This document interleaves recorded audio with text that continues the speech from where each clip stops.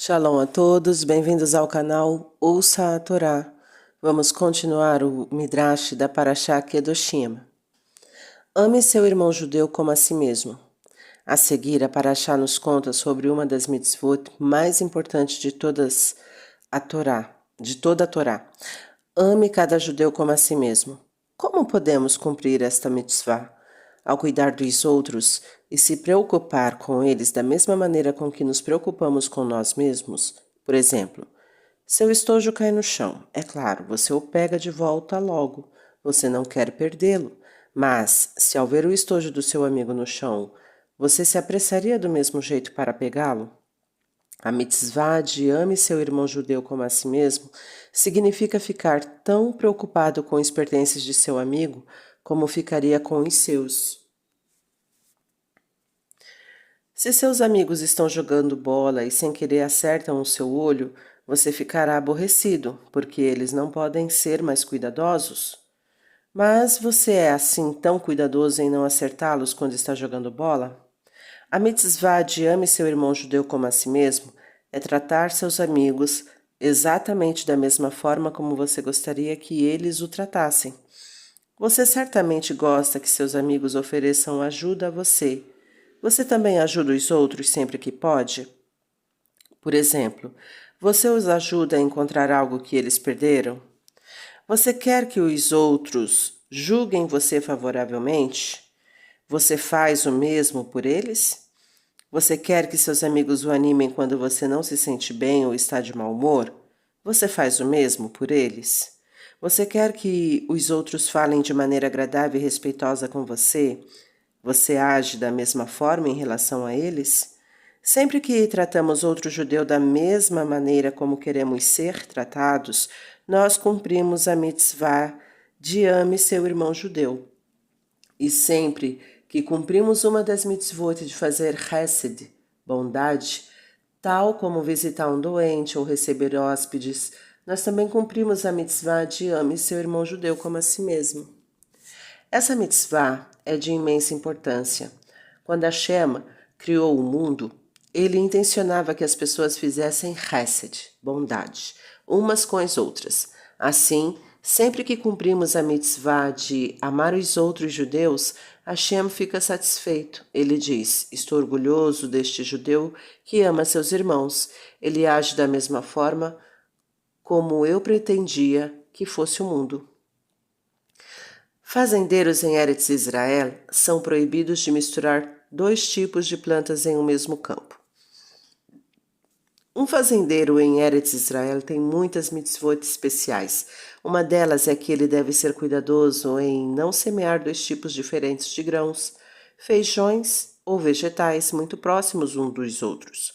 Um fazendeiro que quiser plantar duas espécies diferentes em um mesmo campo deve manter um espaço entre elas.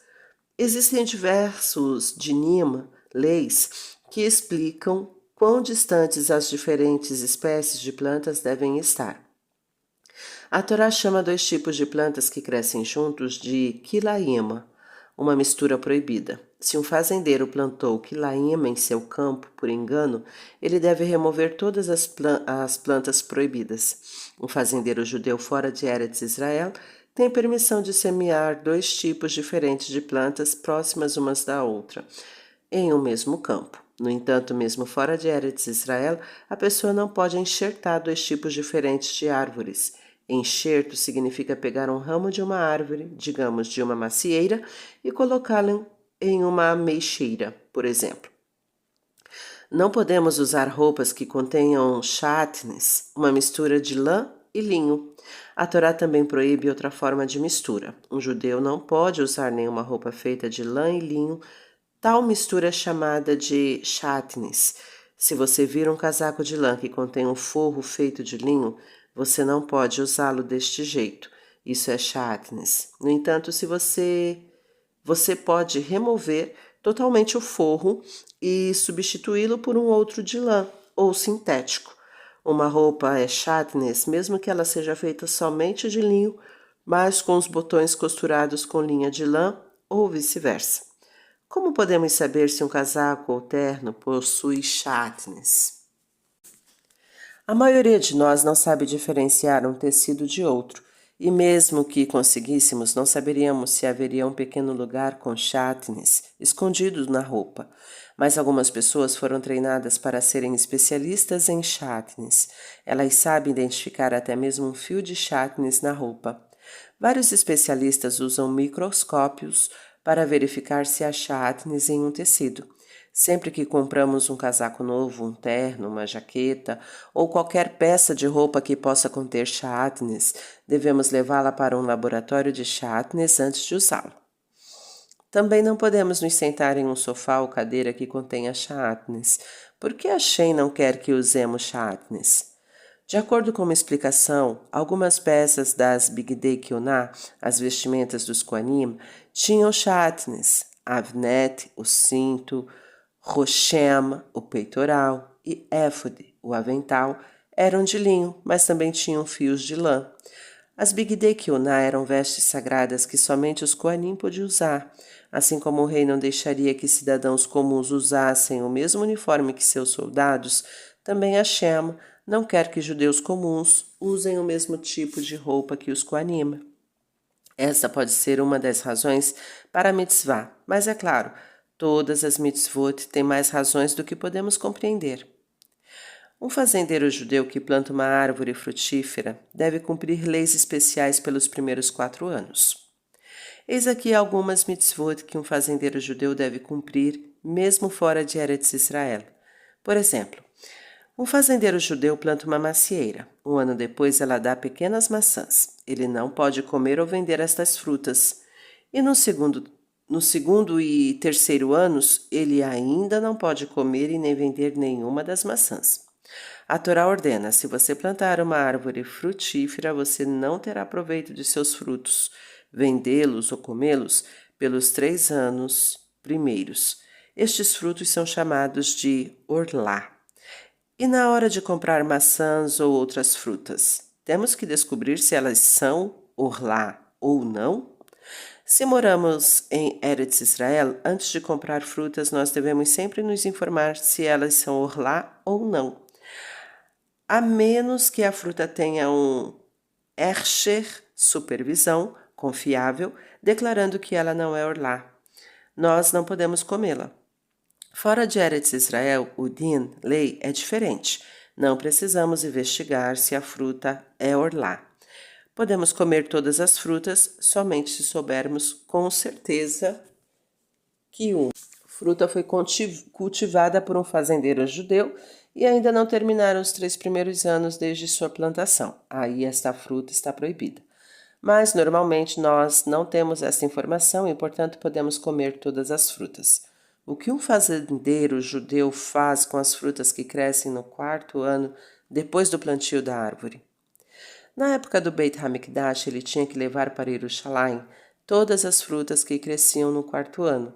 Ele deveria comê-las em Jerusalém. Se ele tivesse muitas frutas e fosse muito pesado levar todas elas para Jerusalém, ele tinha permissão de vendê-las. Ele tinha que usar este dinheiro para comprar comida que ele comeria em Jerusalém. Mesmo hoje em dia, frutas do 4º ano após o plantio da árvore são sagradas. Elas podem ser comidas somente depois que o fazendeiro trocá-las por uma moeda.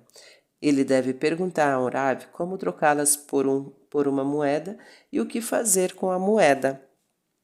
Aqueles de nós que vivem fora de Eretz Israel podem comprar frutas e produtos derivados de frutas importados de lá somente se tiverem um Hersher confiável, afirmando que elas não são orlá ou urevaí, frutas do 4º ano. Além disso, terumá e macer devem ser separados de frutas de Eretz Israel. Na época do Beit HaMikdash, ele tinha que levar para Jerusalém todas as frutas que cresciam no 4º ano. Ele deveria comê-las em Jerusalém.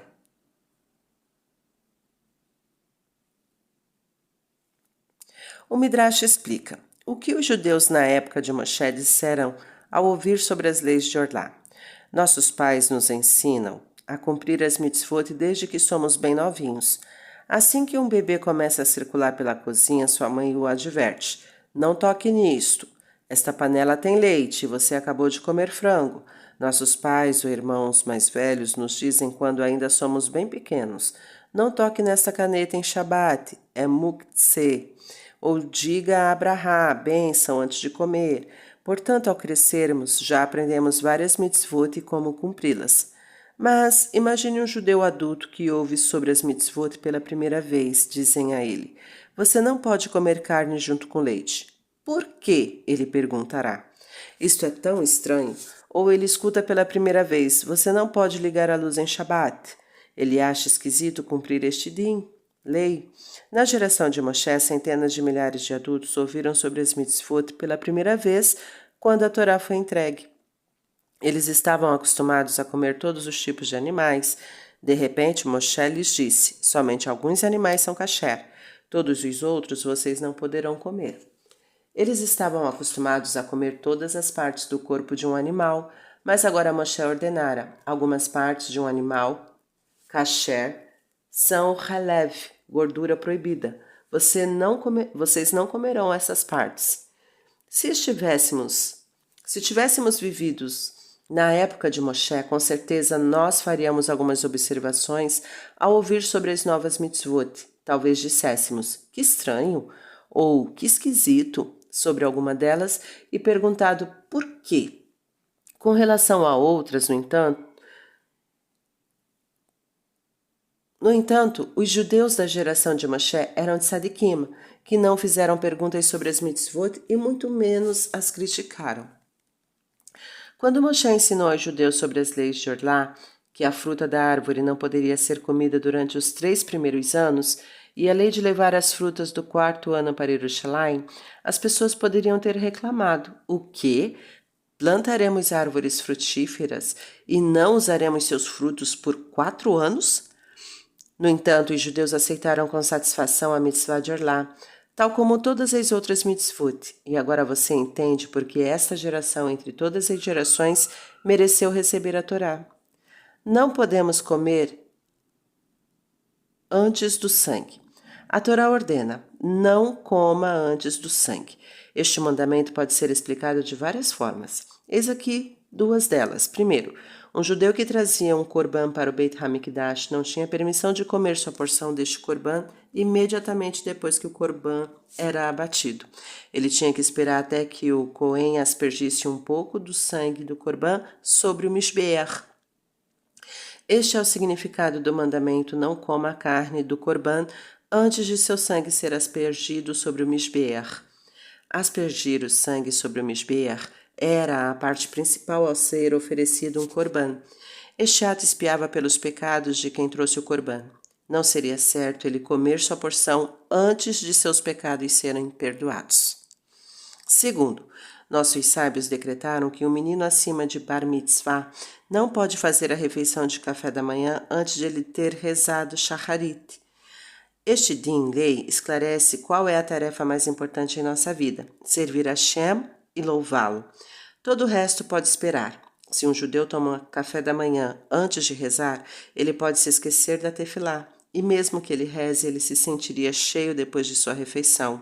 Ele não rezaria com tanta humildade quanto antes de comer. Assim, as palavras "não coma antes de seu sangue" querem dizer: não coma antes de ter rezado, para Hashem mantê-lo vivo. Sangue também significa vida. Não podemos ser supersticiosos. Você sabia que vários hotéis não têm um 13º andar? Eles simplesmente pulam do 12º para o 14º. Várias pessoas acreditam que o número 13 é um número que dá azar. Você já ouviu alguém dizer que algo de ruim aconteceria com ele hoje porque um gato preto cruzou o seu caminho? A Torá proíbe que acreditemos em todas essas coisas sem sentido. Antigamente, as pessoas eram ainda mais supersticiosas do que hoje em dia. Várias nações acreditavam firmemente em sinais de sorte e de azar.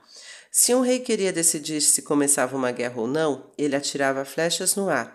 Ele então formava sua decisão dependendo da maneira como elas caíam. Quando Bnei Israel viviam no Egito, os egípcios acreditavam em presságios, sinais que predizem o futuro. A Torá adverte Bnei Israel: um judeu não deve acreditar em sinais.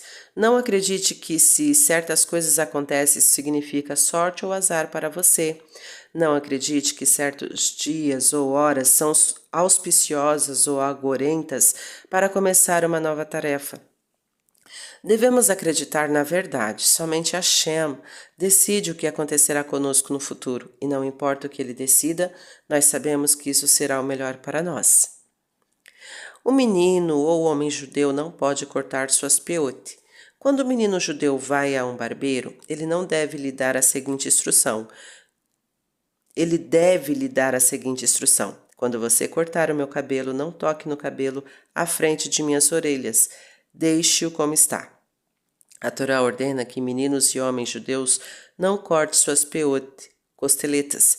Assim como várias outras mitzvot, nós não sabemos a razão para esta também. De acordo com uma explicação, os idólatras de antigamente costumavam cortar todo o cabelo em torno da cabeça. Hashem quis que os judeus parecessem diferentes. Hoje também é bom que pareçamos diferentes dos não-judeus. Isso nos ajuda a entender que um judeu deve sempre ser sagrado e agir de forma distinta dos não-judeus. Um judeu não pode tatuar seu corpo. Você já viu alguém com uma tatuagem? Uma tatuagem é feita arranhando a pele com um instrumento afiado e então espalhando tinta sobre o arranhão. A tinta fica gravada para sempre na pele. Marinheiros frequentemente tatuam seus braços. Antigamente, sacerdotes de idolatria costumavam se tatuar, e frequentemente pessoas se tatuavam após a morte de um parente para demonstrar o quão tristes se sentiam. A Torá proíbe um judeu tatuar seu corpo. Esta lei nos mantém distante dos idólatras e de seu comportamento perverso. Outra razão pela qual a Torá proíbe tatuagens é que nosso corpo nos foi dado por Hashem. É uma mitzvah cuidar dele e protegê-lo. Não devemos cortá-lo sem necessidade. Os judeus devem demonstrar respeito pelo Beit HaMikdash. Era uma mitzvah para todo judeu que chegasse ao Har Habayit, o monte onde ficava o Beit HaMikdash, se comportar com seriedade e respeito. Ao entrar na Zará, o pátio do Beit HaMikdash, ele tinha que se portar com mais respeito ainda. Todos tinham que permanecer de pé. Somente os reis da família de David tinham permissão de se sentar na Zará. Cada judeu devia se lembrar de que a presença de Hashem se encontrava ali e devia agir de acordo. Hoje em dia, nós ainda cumprimos um din, lei, que mostra nosso respeito pelo Beit HaMikdash. Não podemos fazer nenhum objeto exatamente igual como era no Beit HaMikdash. Como você sabe, a menorá no Beit HaMikdash tinha 7 braços. Nós usamos menorot com 5, 6 ou 8 braços. Da mesma forma, não fazemos para nós um shulchan ou qualquer outro objeto exatamente como ele era no Beit HaMikdash. Outra mitzvah que nossos sábios decretaram foi: devemos nos comportar respeitosamente no Beit HaKnesset e no Beit HaMidrash, lugares onde rezamos e estudamos Torá. Eles são nossos pequenos Batei Mikdash. Quais dinim, leis, todos nós devemos cumprir no Beit HaKnesset, sinagoga? Devemos nos comportar com seriedade e respeito, lembrando sempre que a Shekhinah de Hashem repousa neste lugar. Se quisermos brincar com nossos amigos, devemos sair da sinagoga. Não devemos falar desnecessariamente no Beit HaKnesset. Se quisermos conversar, devemos sair. Estes dinim se aplicam igualmente aos adultos que às vezes se esquecem deles também. Devemos nos sentar em silêncio, mesmo que não estejamos rezando. Os Kohanim se preparam para começar a avodá. Hashem explicou a Moshe que quando o Mishkan fosse erguido, os Kohanim começariam sua avodá ali, aspergindo o sangue dos sacrifícios nas paredes do Mishbeach, colocando determinadas partes dos corbanotes nos fogos do Mishbeach e comendo outras partes. Limpariam e acenderiam a menorá e assim por diante. Hashem disse: antes de os Kohanim ficarem prontos para começar a avodá no Mishkan, eles devem se tornar sagrados e se preparar para os seus serviços. Eles se tornarão sagrados por intermédio destas 4 coisas. Primeiro, devem estar presentes e observar todos os dias como você, Moshe, oferece 3 tipos de korbanot no Mishbeach. Desta forma, você os ensinará como trazer korbanot no Mishbeach. 2. Devem imergir-se em um mikve. 3. Você os ungirá com o Shemen HaMishcha, azeite sagrado, que será colocado nas cabeças dos Kohanim. 4. Eles devem usar as Bigdei Keuná todos os dias. Ao fazer estas 4 coisas por 7 dias, eles estarão prontos para começar a avodar no Mishkan. O altar do incenso, o grande Mishbeach, sobre o qual todos os sacrifícios de animais eram oferecidos, ficava no pátio do Mishkan, sob céu aberto, como você leu em Parashat Terumá. Agora Hashem ordenou a Moshe construir um segundo Mishbeach. Este Mishbeach será feito de madeira revestida com ouro. Coloque-o no Kodesh dentro do Mishkan, próximo à Menorá e ao Shulchan. 2 vezes por dia, de manhã e à tarde, o Cohen queimará Ketoret, incenso, sobre este Mishbeach. Por que este Mishbeach de ouro não seria usado para ofertar sacrifícios de animais, mas somente para queimar incenso? Ele foi chamado de Mishbeach HaKetoret, o altar do incenso. Você pode perguntar por que a Torá fala sobre este Mishbeach aqui, no final de Parashat Tetzaveh, uma vez que o Mishbeach HaKetoret foi colocado próximo ao Shulchan e a Menorá dentro do Kodesh, porque a Torá não menciona em Parashat Terumá, juntamente com esses outros objetos que ficavam no Kodesh? Uma das respostas é que Hashem colocou precisamente o Mishbeach HaKetoret como o último objeto no Mishkan para mostrar quão importante ele é. Ao mencioná-lo na Torá, fora do lugar onde ele era esperado, Hashem quis que notássemos que este Mishbeach é muito especial. Por que o Mishbeach HaKetoret é tão sagrado? As especiarias com as quais era composto o incenso que o Cohen queimava no Mishbeach criavam um cheiro delicioso, aromático. Nossos sábios nos contam que a fumaça do Ketoret subia diretamente para o céu e era agradável para Hashem. Era um sinal de amor e apreço entre Hashem e Bnei Israel. Se Hashem estivesse zangado com os judeus e planejasse trazer um decreto severo sobre eles, o aroma do Ketoret faria com que ele anulasse este mau decreto.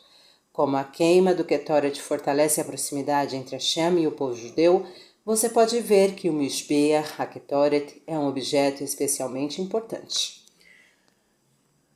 O Midrash nos conta alguns dos milagres no Mishkan.